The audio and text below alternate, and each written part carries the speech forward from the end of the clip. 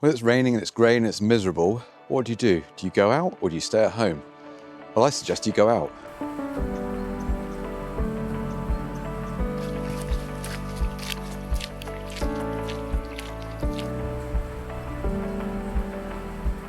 Join me today as we go into a hide and try and get birds in the rain in this lovely weather that we're enjoying. The last few days have been so grey and miserable, but doesn't stop me getting out. So I'm in the hide now. I'm just waiting for the birds to turn up. The rain has started, and let's start off with a shutter speed of 1/100th and see what we get. So my setup today is the OM1 Mark II with the 150 to 400.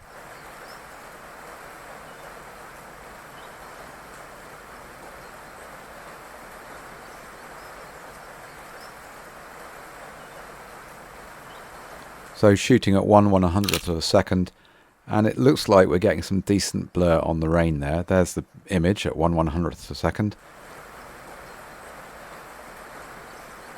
So let's now try lowering the shutter speed to 1/60th and see what happens.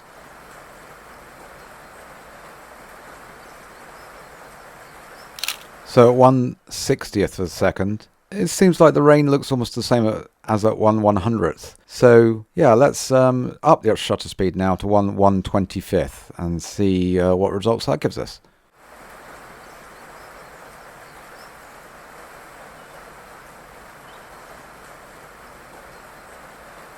So at 1/125th of a second, it looks like we're getting some really good background rain blur there.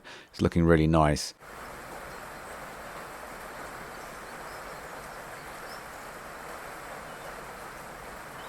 So we've got a couple of shots at 1/125th, and they're definitely my preferred shutter speed setting at the moment. ISOs are around 1600, so it's acceptable ISO as well.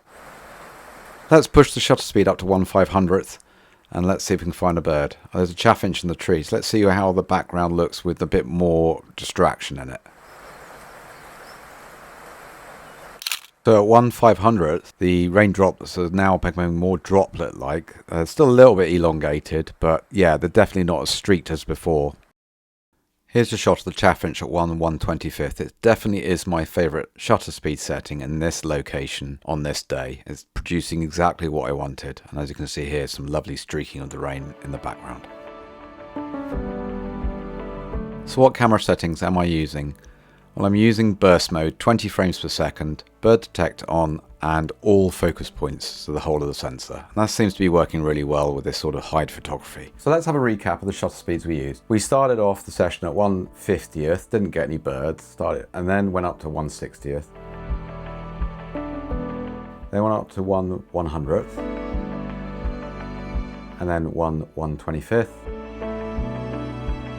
1/200th, 1/250th,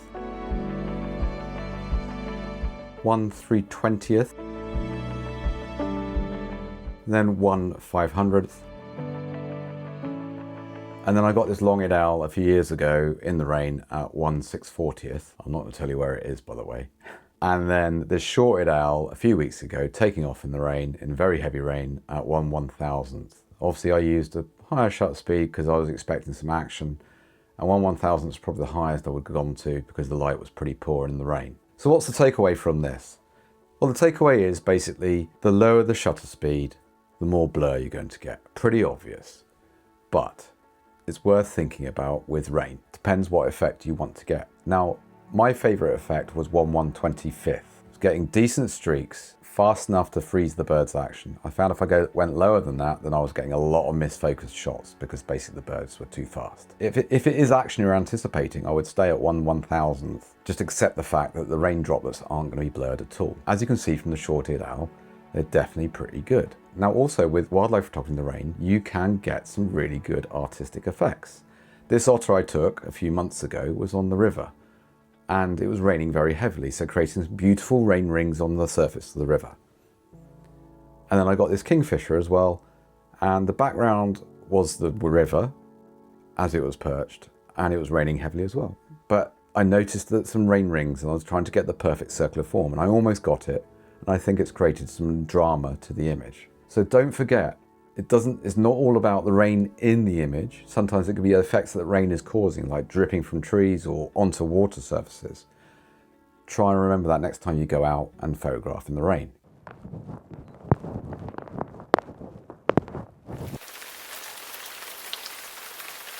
What gear do you need for wildlife photography in the rain? Well, a decent waterproof jacket, waterproof trousers, some waterproof shoes. And even though the one is weather sealed, because of the amount of rain today, I've got a waterproof cover, which I'll put a link to down in the description below. So here's the camera cover I use. And now it's a fabric one, fully waterproof, with an opening in the bottom for your lens foot and to put your hand through as well. It's also got a drawstring on it as well.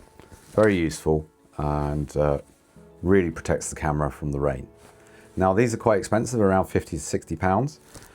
And you can go cheaper. We got some Optech rain sleeves a few years ago. Mine's pretty torn up by now, but I've given you a shot of it just to see what it's like. A lot cheaper, you get 2 in a pack. I think you can get them in the UK now. The really cheap option is an elastic band and a plastic bag. Cut a hole in the end of the plastic bag that will fit over your lens hood, put the elastic bag over the top of the lens hood, and then use the plastic bag to cover the rest of the camera.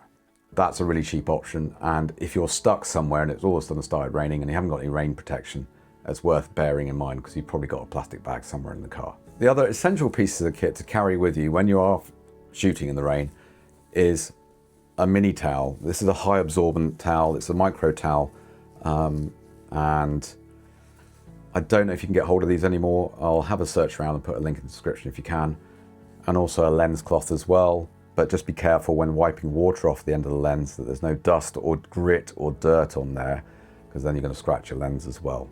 Maybe think about putting a clear protection filter on the end, but for me, I don't use that because I do find it degrades the image quality. So don't forget, when you get home, you probably would have got some moisture onto your camera body through your hands or something, or just rain falling into the protection cover when you're carrying it. Don't leave your camera in the bag zipped up.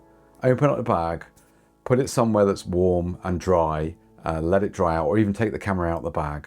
Another good idea is to maybe use some of these silica gel packets that you get a lot with a lot of equipment we buy nowadays online. And this came free with, I think it was a light I got. Chuck a few of those in your bag. Don't zip it up. If you don't have any of these, you can actually buy these on Amazon. So another useful bit of kit that's been recommended to me is one of these rechargeable dehumidifier sort of capsules. They're full of silica beads. And you can, once they change color, I think they go black when they've got the moisture inside them, you can dry them out, and it's got a little USB-C socket on it, and you just plug it in, and I think it takes about 6 hours to dry them out. I'll put a link down below to these. They're not very expensive, and people say they're pretty good as well. So you could leave one of those in your bag as well. So I do hope these tips will help you to get prepared for going out taking photographs in the rain, and then coming home and protecting your camera gear at home to stop them getting any moisture that's residual on your equipment or anything like that. And I really hope this has helped. As you can see from my photos from before, I've got some epic shots in the rain. So yeah, definitely worth getting out in nature, no matter what the conditions are. As long as you've got the right equipment, it's definitely worth getting out. So if you enjoyed this video, please do like, comment and subscribe. So thank you very much for watching. Please do follow me along for more.